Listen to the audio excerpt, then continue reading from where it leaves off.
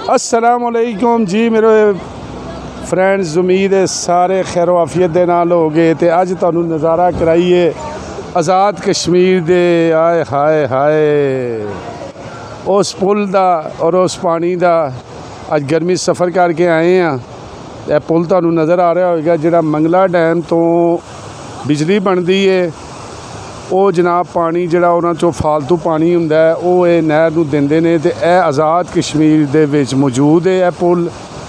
और लोग बच्चे वेखदे हो कि कितना प्यारा नज़ारा है। असी भी जनाब इत्थे हुण नहाण दी तैयारियां कर रहे हैं।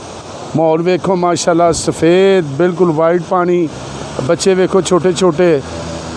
तो जदों भी तुसी इत्थे आना होवे तो तुसी जनाबे अली सराय आलमगीर तो जदों खड़ी शरीफ नूं जाओ तो रस्ते दे विच पुल आएगा। इस पुल ते आओ, जिस तरह लोग इंजॉय कर रहे हैं इस तरह इन्हां गर्मियों नूं इंजॉय करो, मज़े लवो।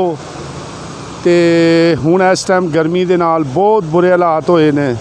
असी भी लगे हैं नहाण ते जनाबे अली गर्मी करन लगे हैं दूर। तो उम्मीद है यह जगह यह वीडियो ज़रूर पसंद आई होगी। अगर साड़ी वीडियो पसंद आए तो इत्थे आके नहाओ भी, यह वेखो भी, नज़ारे भी वेखो। तो वीडियो नू लाइक भी करो, शेयर भी करो। मिलने हुण नवी वीडियो के बाद नहाण तो बाद। अस्सलाम वालेकुम।